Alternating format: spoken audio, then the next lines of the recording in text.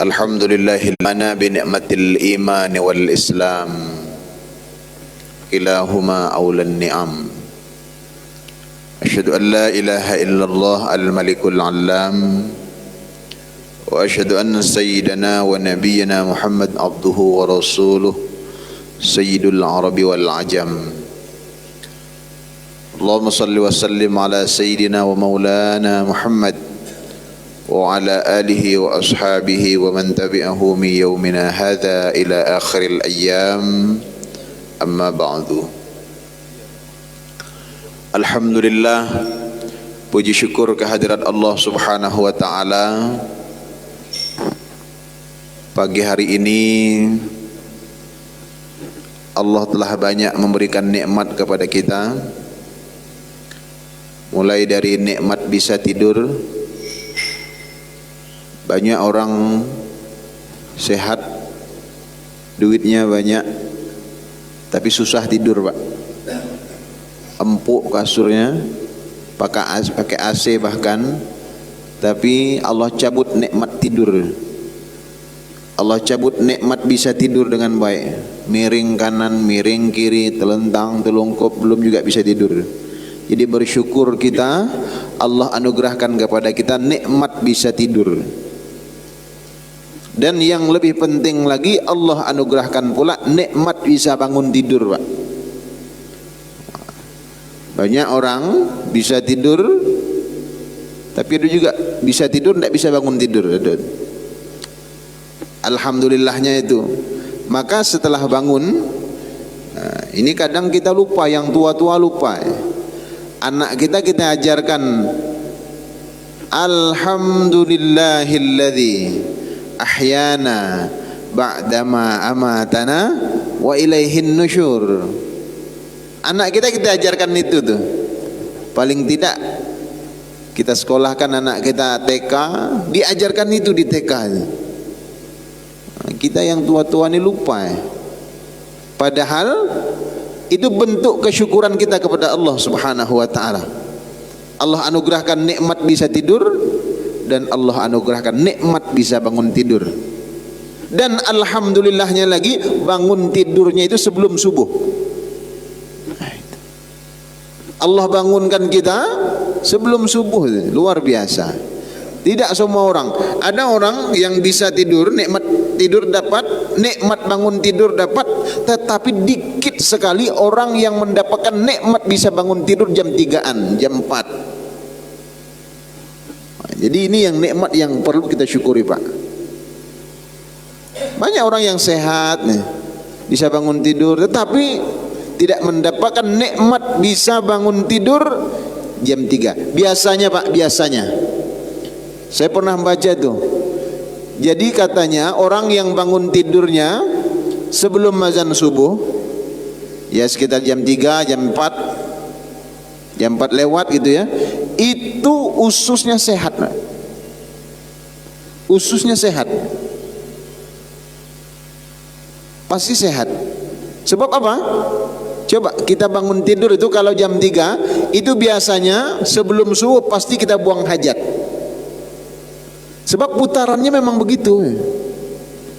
Nah, jadi bersyukur kita, pasti kita ini orang yang sehat lahir dan batin, insyaallah. Amin ya rabbal. Bapak Ibu yang dirahmati Allah subhanahu wa ta'ala, yang kami hormati para tuan guru, tuan imam, tuan khatib, tuan bilal, ketua RT, imam masjid, bapak-bapak, ibu-ibu, hadirin wal hadirat yang berbahagia. Alhamdulillah Bapak Ibu, kita Allah anugerahkan anggota tubuh yang bisa mengontrol diri kita, namanya hati. Hati ini adalah organ tubuh kita yang paling tua. Jadi organ tubuh kita yang paling tua namanya hati, Pak. Makanya hati kecil itu biasanya tidak pernah bohong. Jadi kalau kita ragu, tanyakan hati kita. Tanyakan hati kita. Sebab hati tidak pernah bohong. Yang bisa bohong itu pikiran kita. Ya, hati tidak bisa bohong. Sebab hati merupakan organ tubuh kita yang paling tua. Wajarlah Nabi Muhammad sallallahu alaihi wasallam nyebutkan kalau hati baik maka amal ibadahnya ikut baik. Kalau hatinya baik, yang diambil oleh tangannya yang baik-baik. Kalau hatinya baik, kakinya melangkah ke tempat yang baik. Kalau hatinya baik, yang dipikirkan yang baik-baik. Itu sabda Nabi Muhammad sallallahu alaihi wasallam. Ketahuilah itu hati, kata Nabi. Kalau baik hatinya, semuanya akan baik. Pak Ibu dirahmati Allah Subhanahu wa taala, berkaitan dengan itu pada kesempatan yang berbahagia ini ingin kami sampaikan ada 10 nasihat dari seorang ulama besar yang berasal dari Irak, namanya Sufyan Ats-Tsauri. Sufyan Ats-Tsauri. Jadi beliau ini seorang ulama besar dari Irak. Ada juga yang mengatakan beliau ini selevel dengan imam yang 4 itu. Imam Hanafi, Imam Maliki, Imam Syafi'i, Imam Hambali. Jadi beliau seorang ahli hadis, ahli fikih, seseorang yang sangat zuhud, seseorang yang sangat wara, seseorang yang dekat dengan Allah Subhanahu wa taala.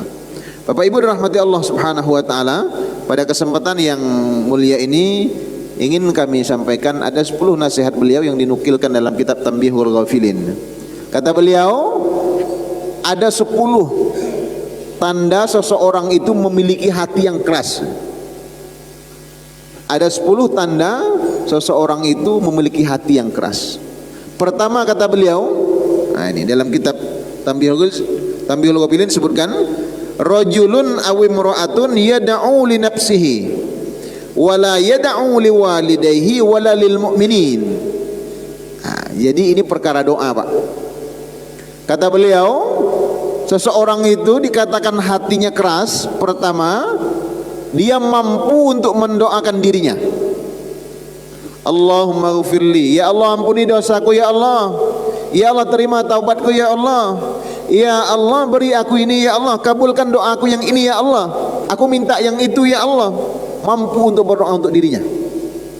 Tetapi tidak mampu untuk mendoakan dua orang tuanya. Dia berdoa siang malam untuk dirinya, tetapi melupakan untuk mendoakan orang tuanya. Ini termasuk seseorang yang memiliki hati yang keras. Bahkan orang Islam ini, kita semua ini, satu hari saja kita melewati untuk mendoakan orang tua kita, secara sengaja kita telah memutuskan nikmat Allah kepada kita, memutuskan rahmat Allah kepada kita. Baik orang tua kita yang masih hidup, apalagi yang sudah meninggal dunia tuh, sangat butuh sekali, Pak. Kan hadis sering kita dengar tuh, kalau meninggal seorang anak Adam, seorang manusia itu terputus segala amal ibadahnya kecuali 3. Salah satunya doa anak yang soleh yang senantiasa mendoakan orang tuanya. Jadi Bapak Ibu rahmati Allah Subhanahu wa taala, kita ini termasuk orang yang keras hatinya apabila tidak mampu untuk mendoakan orang tua kita. Kita mampu untuk mendoakan diri kita, mampu untuk mendoakan kedua orang tua kita, tetapi kata Imam Sufyan Ats-Tsauri, kita tidak mampu untuk mendoakan orang-orang yang beriman, saudara-saudara kita seiman. Kita masih tergolong memiliki hati yang keras tuh. Kita mendoakan diri kita, kedua orang tua kita, tetapi kita lupa untuk mendoakan orang-orang yang beriman. Kita termasuk memiliki hati yang keras, kata Imam Sufyan Ats-Tsauri. Maka betul lah tuntunan doa yang dirumuskan oleh ulama-ulama kita. Pertama doa itu ta'awuz, ya. A'udzubillahi minasyaitonir rajim. Yang kedua basmalah, bismillahirrahmanirrahim. Yang ketiga tahmid, alhamdulillahirabbil alamin. Terserah nanti tambahannya apa, hamdan syakirin, hamdan naimin kah? Terserah tambahan, yang penting tahmid. Yang keempat solawat, Allahumma salli ala Sayyidina Muhammad wa ala ali Sayyidina Muhammad. Bisa solawat yang lain, yang penting solawat. Yang kelima baru kita mendoakan untuk diri kita. Yang keenam mendoakan kedua orang tua kita. yang ketujuh mendoakan orang-orang yang beriman. Setelah itu terserah mau minta apa Pak. Mau minta dunia dan seisi-isinya boleh, tidak ada masalah. Yang penting 7 ini dulu kita doakan. Nah, maka betullah doa kita tuh alhamdulillahirabbil alamin, a'udzubillahi minasyaitonir rajim, bismillahirrahmanirrahim, alhamdulillahirabbil alamin, Allahumma shalli ala sayidina Muhammad wa ala ali sayidina Muhammad, Allahumma ighfir li dhunubi wa dhunuba walidayya warhamhuma kama rabbayani shaghira.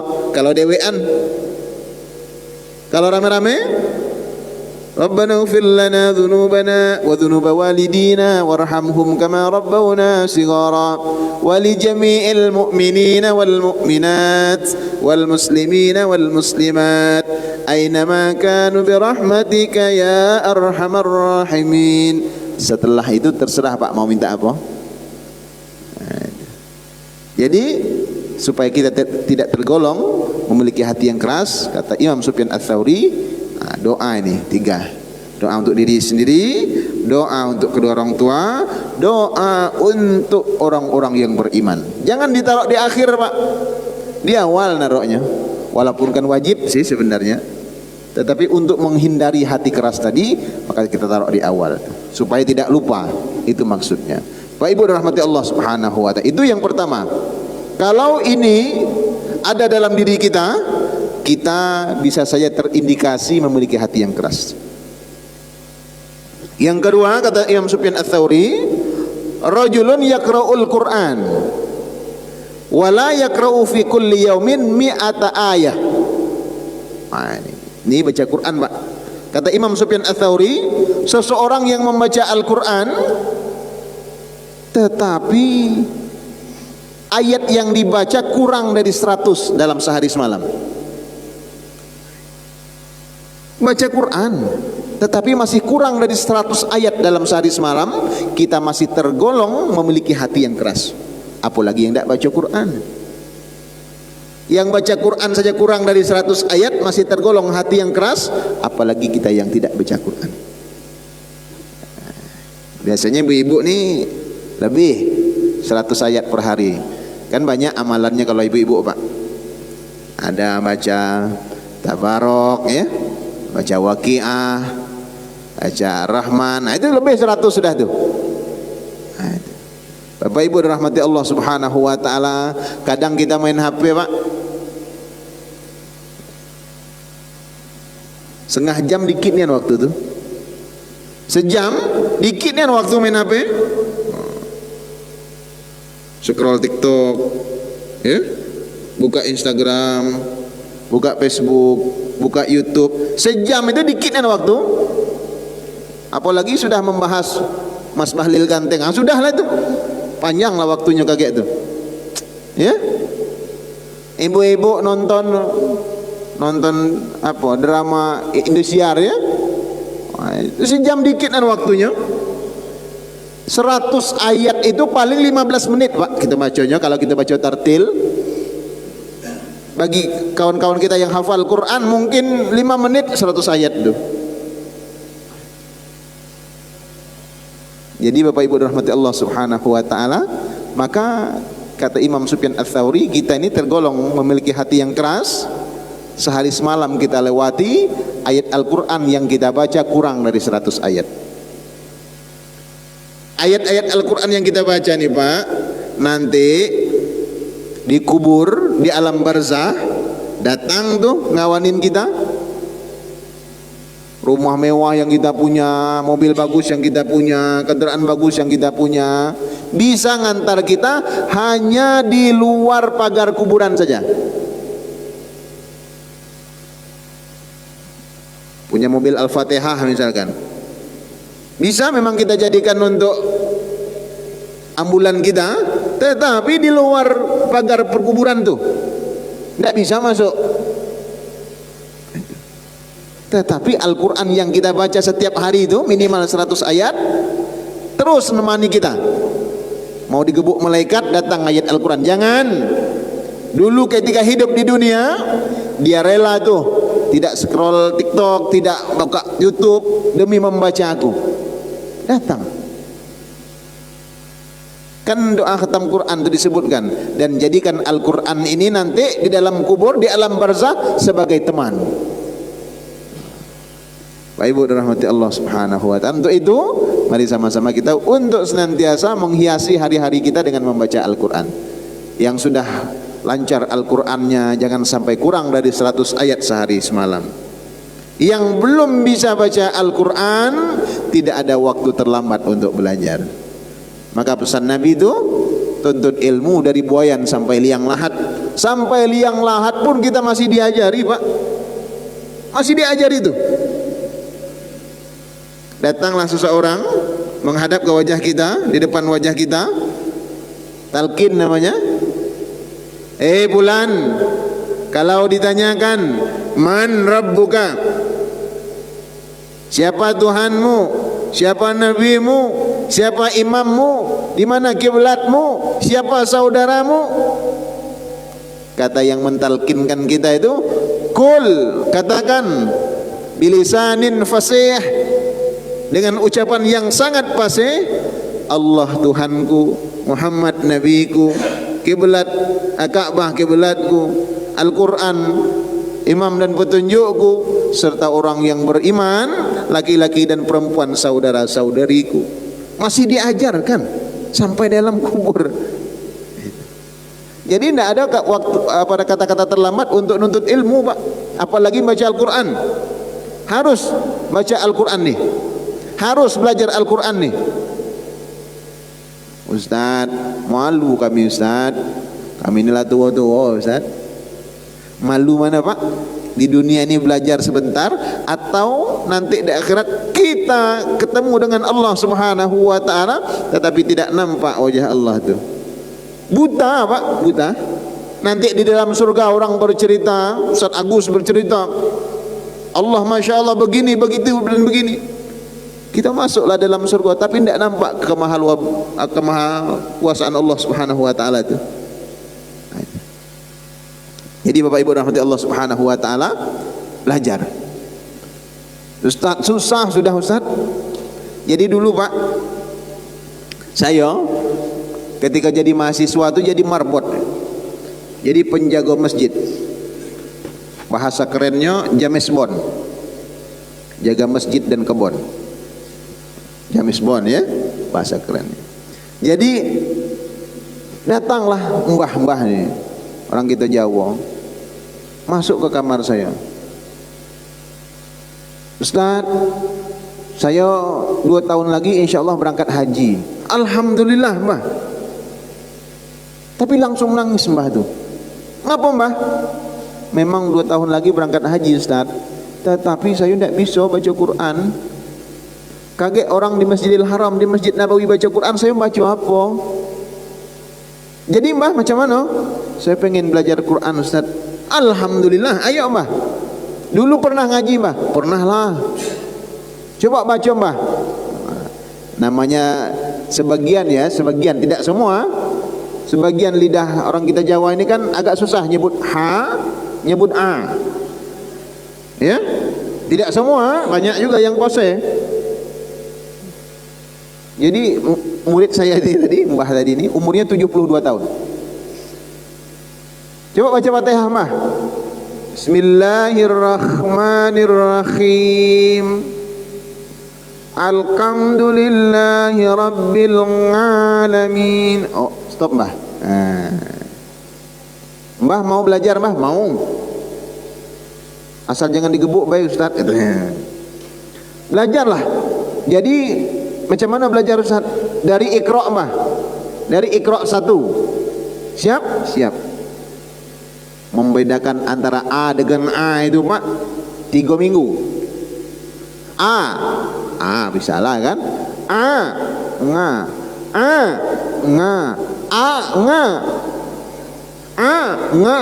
Jadi A itu nga. Itu. Jadi akhirnya 6 bulan bekerja keras, tamat Iqra Pak. Iqra 1 sampai Iqra 6. 6 bulan. Kalau sudah tamat Iqra 1 sampai Iqra 6 ini, biasanya sudah mulai bisa baca Al-Quran. Akhirnya belajarlah mbah nih tadi baca Al-Quran.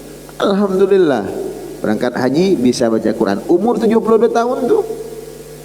Jadi kan tidak ada yang tidak bisa kan? Ada seorang ulama namanya Ibnu Hajar, anak batu disebut. Sebab apa? Susah pak belajar, tidak masuk di pelajaran. Pesantren, masuk ke pondok pesantren. Akhirnya karena tadi sudah putus asa, ini kok tidak bisa-bisa, ngapal tidak bisa-bisa, nangkap pelajaran tidak bisa-bisa, balik pak, balik kampung. Di dalam perjalanan balik kampung, duduk termenung, nampak beliau air netes, tes, air netes nih, di bawahnya ada batu besar. Ditengoklah oleh Ibnu Hajar Al-Asqalani. Oh iya, air yang netes tadi setetes demi setetes bisa melobangi batu yang sangat keras ini. Air yang lembut ini saya bisa melobangi batu yang sangat keras, apalagi otak yang Allah berikan ini. Gampang insya Allah. Balik lagi ke pondok pesantren pak, balik lagi ke pengajian tadi, nuntut ilmu, akhirnya menjadi ulama besar. Jadi tidak ada waktu terlambat, tidak ada kata-kata terlambat untuk nuntut ilmu, apalagi baca Quran. Bapak Ibu rahmati Allah Subhanahu wa taala. Jadi bagi kita yang sudah bisa baca Quran, jangan kurang dari 100 ayat dalam sehari semalam. Gampang pak, sudah subuh ini baca Quran 2 lembar, sudah maghrib 2 lembar, itu sudah lebih dari 100 ayat insya Allah. Yang selanjutnya kata Imam Sufyan Ats-Tsauri, rajulun dakhalal masjid wa kharaja wa lam yusalli rak'ataini. Ini derita masjid pinggir jalan pak. Kata Imam Sufyan Ats-Tsauri, tapi untunglah masjid kita ini WC-nya di luar, ya. Jadi kata Imam Sufyan Ats-Tsauri, seseorang itu bisa dikatakan hatinya keras apabila masuk ke masjid, masuk keluar masjid nih, tapi tidak sholat walau 2 rakaat. Maka saya sering pak kasih contoh di masyarakat kita nih,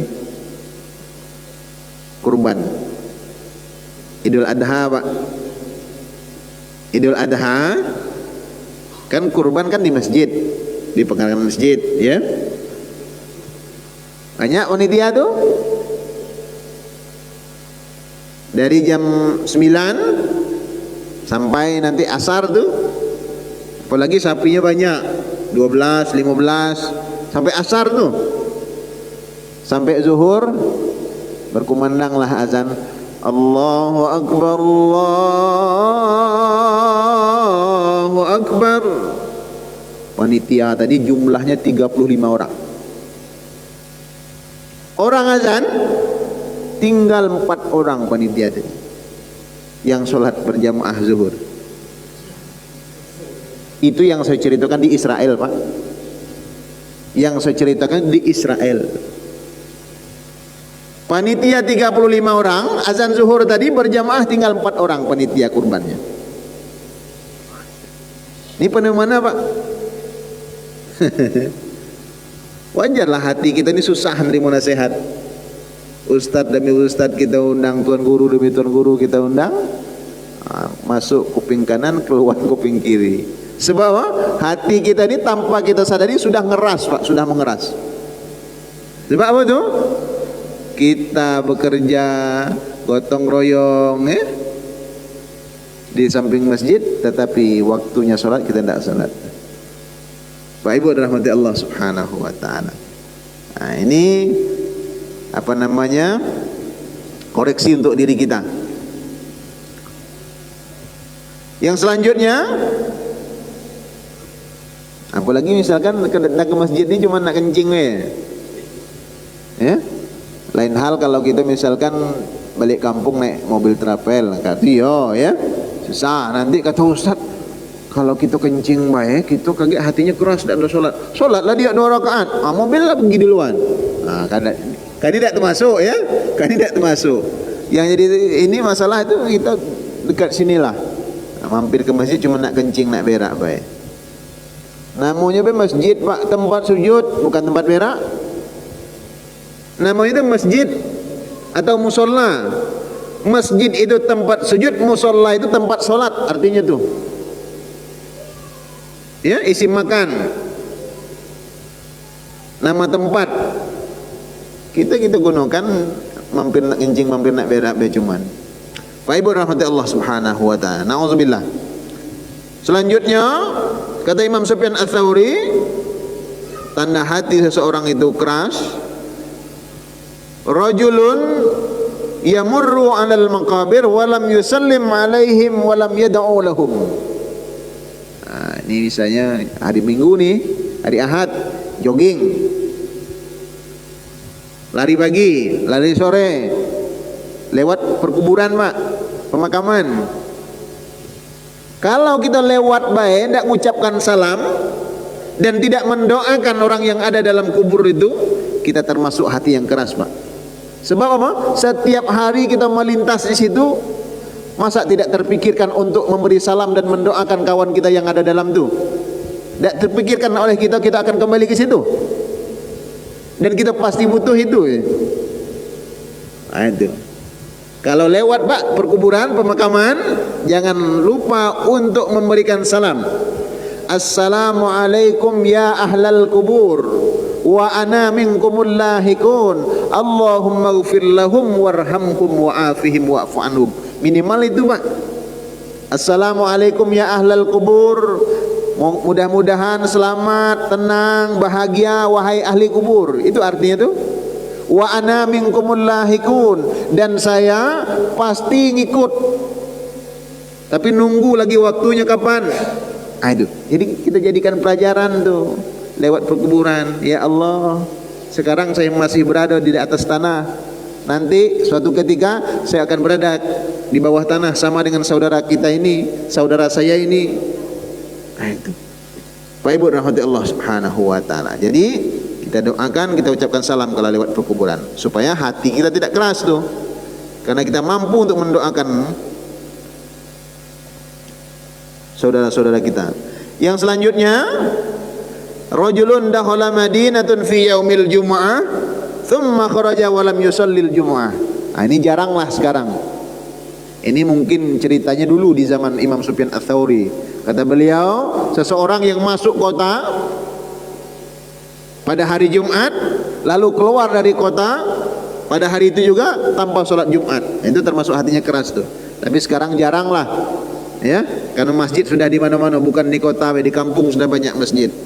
Yang selanjutnya, kata Imam Sufyan Ats-Tsauri, indikasi hati keras adalah rajulun aw imra'atun nazala fi mahallatihi ma'alimun walam yadhhab ilaihi ahadun liyata'allama minhu syai'an minal ilmi. Kata Imam Sufyan Ats-Tsauri, tanda hati yang keras selanjutnya adalah seorang laki-laki atau seorang perempuan ada majelis taklim,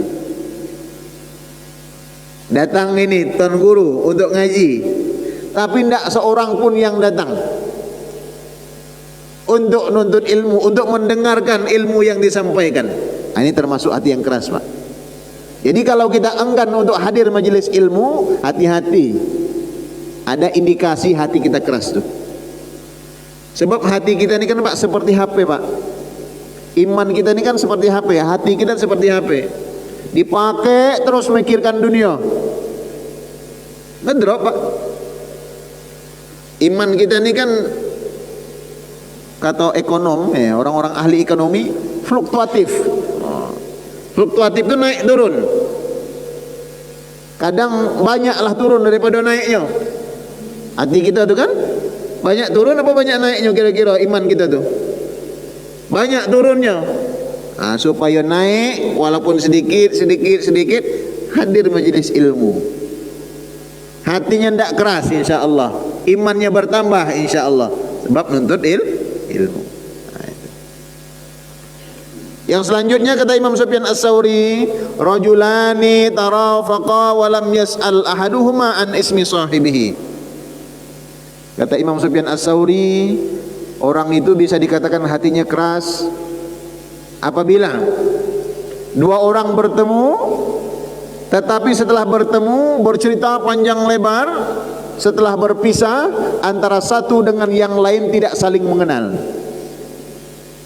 Tidak saling kenal, Pak. Kiri kanan kita, depan belakang kita. Artinya apa? Imam Sufyan Ats-Tsauri ingin mengajarkan kepada kita bahwa kita harus menjadi orang yang peduli, Pak. Minimal depan belakang kita, kiri kanan kita. Ini ketemu cerita panjang lebar. Setelah pergi orang tadi, kawan kita nanya, siapa namanya tadi itu? Dari mana? Orang tidak tahu. Padahal cerita sudah panjang lebar. Itu ya. Bapak Ibu rahmati Allah Subhanahu wa taala. Apalagi dalam satu majelis ini ya, satu masjid nih. Insyaallah tahu semua lah Pak ya, nama kawan-kawan nih ya, nama samping kita tahu Pak ya. Paling yang baru-baru Pak ya. Udah nih Pak, sering ikut saya pengajian. Luar biasa beliau nih. Beliau tinggalnya di sana di Pal 5, Pal 7 ya dah. Pal 6. Pal 6. Tapi saya pengajian di Pematang Seluruh hadir. Saya pengajian di Patimura hadir. Sungai Sawang hadir, sini hadir. Luar biasa Pak. Saya doakan beliau panjang umur, rezekinya lancar. Dan beliau ini Pak, sedikit promosi ya. Tukang jahit Pak, jahitnya rapi. Beliau nih star namanya, penjahit star namanya. Jahitnya rapi insyaallah di Pal 5 sana, Pal 6 sana ya, dekat pom bensin. Luar biasa. Sering ikut pengajian Guru Latif, pengajian Guru Yusuf. Beliau sering, pokoknya setiap pagi share jadwal kajian beliau. Alhamdulillah. Jadi saya senang Pak, orang-orang yang senang dengan pengajian itu. Bapak Ibu dirahmati Allah Subhanahu wa taala. Yang selanjutnya, yang ke-8, kata Imam Sufyan Ats-Tsauri, rajulun da'ahu rajulun ila dhiyafatin wa lam yadhhab ila dhiyafah. Ini tanda hati yang keras selanjutnya adalah seseorang yang diundang untuk suatu acara tapi tidak mau datang. Diundang tapi tidak mau datang. Ini hati-hati, ada indikasi hatinya keras nih. Misalkan kita dapat undangan nikahan, dapat undangan hajatan, tapi tidak mau datang. Padahal dijawab insya Allah, pasih nian Pak, pasih insya Allahnya, tapi tidak datang. Hati-hati, hati-hati ya. Hatinya keras tuh. Bahkan Nabi Muhammad SAW bersabda dalam sebuah hadisnya, hakul muslim 'alal muslim. Hak antar sesama muslim, kata Nabi Muhammad SAW, ada 6. Salah satu dari 6 hak ini, kalau diundang datang. Itu hak apa? Ini menjaga hak antar sesama muslim nih.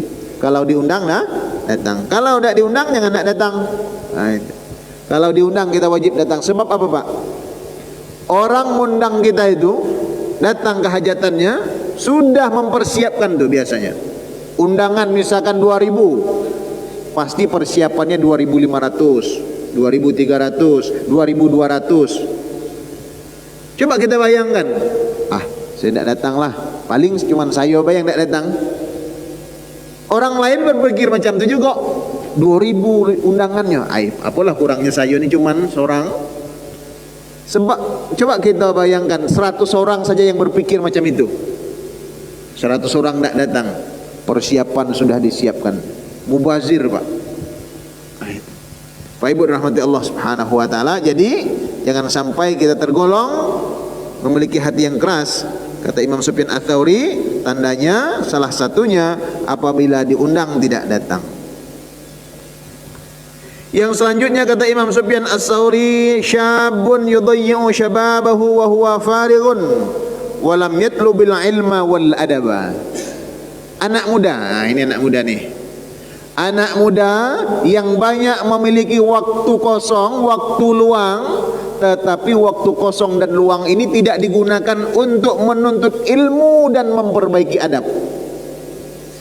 Jadi Di masa muda harus dua ini minimal sudah kita tuntut nih, sudah kita cari sebaik-baiknya. Pertama ilmu, yang kedua adab. Nah, maka kita sebagai orang tua Pak, anak kita dua ini minimal nih. Ilmu apa baik? Ilmu agama utama, ilmu umum wajib juga dituntut. Yang selanjutnya adab. Jangan sampai anak kita diisi dengan ilmu yang banyak tetapi lupa kita untuk ngisi dengan adab. Tak ada gunanya Pak, kita ni tak kurang lagi orang pintar dah, banyak profesor dah. Apalagi doktor belambun, apalagi magister, bejibun nian. Nah, yang kita kurang sekarang adalah orang pintar yang beradab, akhlaknya baik. Itu kan? Kita bersyukurlah pemerintah ada program makan bergizi gratis. Alhamdulillah. Dengan makan bergizi gratis itu tumbuh pikiran yang bagus, tumbuh pikiran yang cemerlang, anak tumbuh jadi anak yang cerdas, pintar. Kan itu harapannya Pak. Tapi lebih penting dari itu, anak-anak kita kasih asupan gizi yang bagus. Yang lebih penting dari itu adalah asupan akhlak yang bagus. Tidak ada gunanya nanti dia tumbuh jadi anak yang pintar tapi akhlaknya nol. Mohon maaf Pak, sekarang ini saya kadang agak risau. Coba tengok anak-anak muda kita kumpul, apa yang keluar dari mulutnya? Mohon maaf, manggil kawannya itu bukan lagi namanya Pak. Mohon maaf nian, apa panggilannya? Babi, anjing. Betul? Coba Bapak tengok Pak, berkumpul anak muda nih main HP. Babi, anjing. Manggil kawannya, Bi, main yuk, Bi. Kata saya namanya Hasbi, ternyata babi Pak. Nying, main yuk, nying. Kata saya nama kawannya ini anjing, ternyata nying. Saya di depan rumah tuh Pak, kadang kumpul anak-anak tuh, oh, anjing, babi, semprot pakai air. Pergilah kamu dari sini nih. Coba Pak, kita bersyukur nian pemerintah peduli terhadap gizi, tetapi yang lebih penting dari itu akhlaknya jangan sampai lupa. Diimbangi Pak, gizi yang baik, gizi untuk jasmani yang baik, juga yang lebih penting gizi untuk rohaninya juga lebih penting. Pak Ibu rahmati Allah Subhanahu wa taala. Itu tugas kita semua tuh. Nabi Muhammad sallallahu alaihi wasallam diutus oleh Allah Subhanahu wa taala sebagai nabi dan rasul li utammima makarimal akhlak, tujuannya tuh untuk menyempurnakan kemuliaan akhlak. Nah, itu. Jadi Bapak Ibu rahmati Allah Subhanahu wa taala, maka anak kita perhatikan nian Pak. Jangan diserahkan bulat-bulat ke sekolah, jangan, ya. Tidak maksimal. Kita harap memang sekolah dapat mendidik anak kita ilmu dan adab, ilmu dan akhlak. Tetapi kita juga punya andil besar seharusnya. Jangan kita biayain Pak. Cukuplah Ustaz. Di sekolah kan dididik akhlak yang baik bagaimana? Sedangkan di rumah kita tidak mempraktekkan akhlak yang baik itu macam mana? Itu Pak ya. Yang terakhir Bapak Ibu rahmati Allah Subhanahu wa taala, kata Imam Sufyan Ats-Tsauri, seseorang itu terindikasi memiliki hati yang keras adalah rajulun syab'anun wa jaruhu ja'iun wa lam yu'tihi syai'an min ta'amih. Seseorang yang bisa tidur dengan kekenyangan, yang tidak kekurangan makanan, tetapi tetangganya lapar, dia tidak mau tahu dan tidak membantu sedikit pun. Nah, dia termasuk memiliki hati yang keras, tidak peduli terhadap tetangganya. Tidak tahu dia tetangganya ini tidak makan 3 hari, tidak tahu dia ini tetangganya rumahnya mau roboh, sedangkan dia berangkat umroh setiap tahun 3 kali, setiap 5 tahun sekali berangkat haji. Tetangga samping kiri samping kanan tidak makan 3 hari, dia tidak mau tahu. Bapak Ibu rahmati Allah Subhanahu wa taala, berangkat haji, berangkat umrah itu memang luar biasa pahalanya besar. Berangkat umrah itu luar biasa pahalanya besar Pak. Salat di Masjidil Haram itu 100.000 bandingnya dengan masjid kita nih. Masjid Nabawi 1000 bandingannya dengan masjid kita nih, lipatan pahalanya. Tetapi kita berangkat umrah berkali-kali, tetangga kiri kanan depan belakang kita tidak makan, berdosa besar gitu Pak. Dosanya lebih besar dari pahala umrah itu. Dosanya lebih besar daripada pahala umrah kita tuh. Umrah itu sekali cukuplah. Kalau lebih-lebih sudah diperhatikan kiri kanan depan belakang itu misalkan, oke lah nak berkali-kali. Lebih utama kita membantu tuh. Ada orang yang rumahnya tidak layak lagi dihuni misalkan, daripada kita berangkat umrah berkali-kali. Pak Ibu rahmati Allah Subhanahu wa taala. Dan yang lebih bagus lagi, umrah bisa berkali-kali, tetapi tetangganya depan kanan kiri belakang diperhatikan dengan baik. Itu lebih bagus lagi. Dan itulah yang dikehendaki oleh Rasul sallallahu alaihi wasallam, al-mu'minul qawi khairun, ya, wa habbu ilallah. Orang mukmin yang kuat lebih baik dan lebih dicintai oleh Allah Subhanahu wa taala daripada orang mukmin yang lemah. Kuat dalam artian segala-galanya, kuat imannya, kuat fisiknya, kuat ekonominya, lebih dicintai oleh Allah Subhanahu wa taala dan lebih baik. Nah, itu yang Bapak Ibu rahmati Allah Subhanahu wa taala yang harus menjadi perhatian kita. Kalau ada 10 perkara ini di dalam diri kita, hati-hati kita memiliki hati yang keras. Hati yang keras ini Pak, kalau tidak cepat-cepat diobati, lama-lama bertambah keras, lama-lama membatu. Akhirnya siapapun yang ngasih nasihat tidak bisa masuk nasihat itu. Diajak untuk ibadah susah, diajak untuk baik susah. Sebab apa? Hatinya sudah ngeras, hatinya sudah seperti batu. Pak Ibu rahmati Allah Subhanahu wa taala, sebelum itu semua datang kepada kita, mari sama-sama kita untuk menyadari, oh ternyata selama ini saya kurang peduli dengan sesama. Oh selama ini ternyata saya kurang peduli dengan tetangga.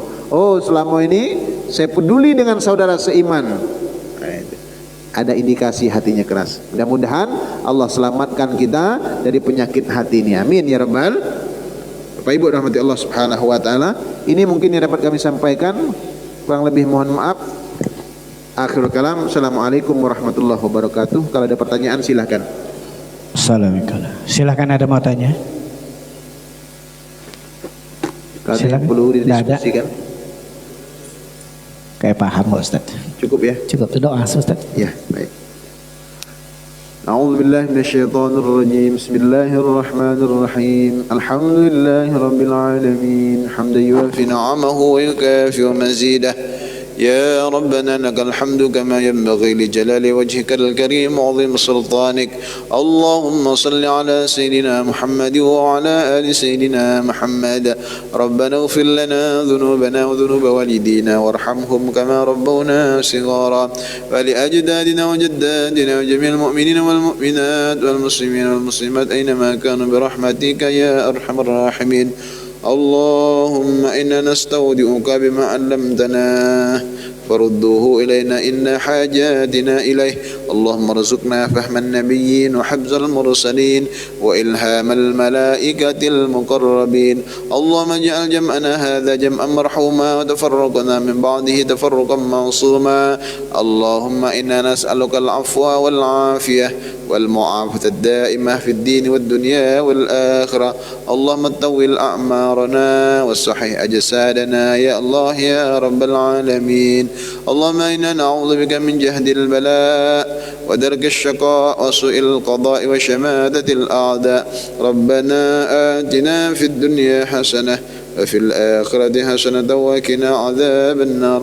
صلى الله على سيدنا محمد وعلى آله وصحبه وسلم والحمد لله رب العالمين. تقبل الله minkum minna wa minkum taqabbal ya karim. Mari kita ucapkan alhamdulillah, kajian subuh kita sudah selesai. Semoga ada manfaat bagi kita semua dan dapat kita amalkan dalam kehidupan kita sehari-hari. Saya atas nama Masjid mengucapkan terima kasih. Saya akhiri dengan assalamualaikum warahmatullahi wabarakatuh.